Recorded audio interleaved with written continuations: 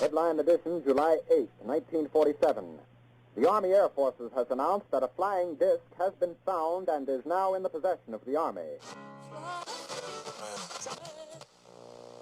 Port Jervis, New York, as it is known on the map, has other names it is known for as well. Also known as the River City and the gateway to the upper Delaware River, Port Jervis sits in western Orange County and shares borders with Matamoros, Pennsylvania, and Montague Township, New Jersey. The first settlement here was called, sorry for butchering this, but Mahakamaka, after the Lenape word, which are Indians, mainly Dutch and English colonists, in 1690s. 1779, while the American Revolutionary War was going on, Mahakamaka was raided and burned by British and Mohawk forces under the command of Mohawk leader Joseph Brunt. Before the Battle of Minisink, residents rebuilt the settlement over the next few decades, bringing railroad lines in. In 1828, brought the opening of new business adventures. The Delaware and Hudson Canal was opened. This provided transportation of coal from northeastern Pennsylvania to New York and New England via the Hudson River. This brought the incorporation of a village on May 11, 1853. It was named Port Jervis after John Bloomfield Jervis. In the mid-19th century, John Bloomfield Jervis was the chief engineer of the D&H Canal. Port Jervis would continue to thrive, and on July 26, 1907, it became a city. Railroads came and went over the years, and eventually in the 1970s, the decline of the railroad hit the city of Port Jervis hard. The city was struggling to find a new economic base. A dark history. Robert Lewis was lynched on June 2, 1892. He was a 28-year-old African-American who was accused by a mob of assaulting a white woman named Lena McHonan. She was possibly meeting a suitor, a white man named Peter Foley, when afterwards was assaulted by Robert Lewis.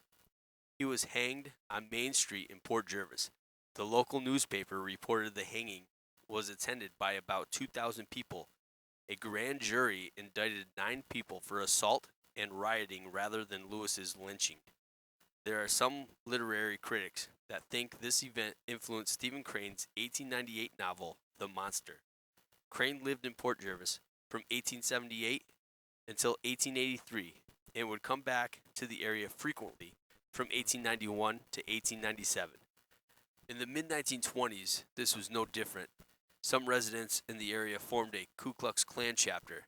This was during the KKK's early 20th century revival. The Klan burned crosses on Point Peter, the mountain peak that overlooks the city. Now, the haunting stories. During the spring of 1885, the local newspaper ran a story to which a headless horned phantom ran circles around a schoolhouse. This schoolhouse is now the site of Minisink Apartment. The phantom then ran up and down a steep hill nearby. The top of this hill, a Dunkin' Donuts is now located. It waved a blue lantern or had a flaming torch. People responded with shots fired at it, but no effect at all. It had disappeared by a bush at the bottom of the hill. The description of the horns are odd. They were opposite of normal horns, meaning they started thin and got thicker the further from the body they went. Another strange presence was located at the railroad yard, which is now the site of a Walgreens and Burger King. The newspaper identified this man as only Mr. D. Mr. D worked all night in a machine shop. In December 1870, he heard a shriek, which in turn scared him into motionlessness. There was then a rustling sound, and a tall, ghostly figure, quote-unquote, appeared. This one, different from the last one, though, had a dog-like monster head. The dog-like ghostly figure gave Mr. D a message. You will soon die. You will soon die. You will soon die. Mr. D took this serious and then he became sick soon afterwards. He must have felt that this was the end. He did overcome the sickness, though.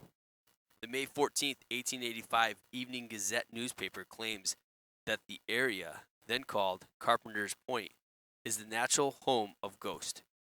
This statement was attributed in part that the area had at least 5 cemeteries, among them the Laurel Grove Cemetery.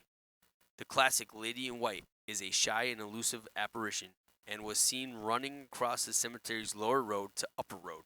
Around the 1860s, a family was having breakfast when a boy in white entered the house and made friendly overtures to the young son and left. No one in town knew who this boy was.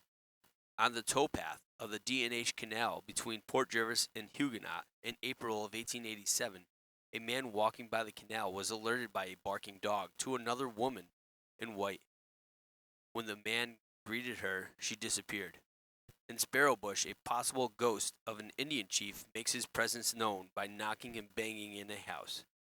2 friends left Cuddybackville off Oakland Valley Road to head to a 24-hour ShopRite in Montague, New Jersey at about 2:30 in the morning to get milk for one of the girls' babies. The 2 friends were heading back home on Route 209 at least about 3:30 in the morning when the Chevy Blazer they were driving started to pass a cemetery on the left side of the roadway back in the woods. Now, this cemetery could possibly be Goomer Historic Pioneer Cemetery or Rural Valley Cemetery. Goomer Historic Pioneer Cemetery is on the right side of 209 if you're heading back from Port Jervis to Cuddybackville. The Rural Valley Cemetery would be on the left side of 209, but seems to be more off Oakland Valley Road. Both are nestled in the woods. Just as they pass the area, a thing riding a horse with Indian feathers on it darts out in front of the moving Blazer. The 2 occupants froze in fear as there was no time to stop and to avoid hitting the horse. They thought it was a deer at first, but it was a horse. It moved so quickly and went right through the Blazer. The thing was taller than the Blazer was.